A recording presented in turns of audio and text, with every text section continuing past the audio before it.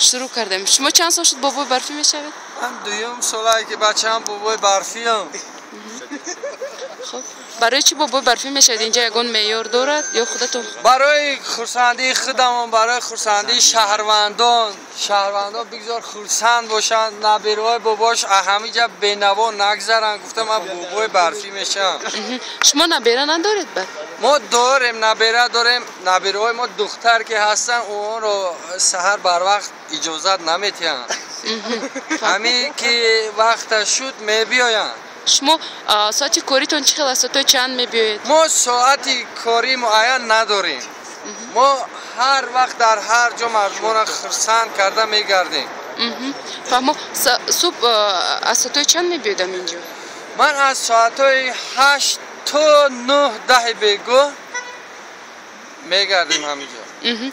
مردم زیاد توجه دارن به شما؟ بله بسیار زیاد توجه دارن. ما همینجا هر روز میبینیم برای هم مردم، برای خودمون نه.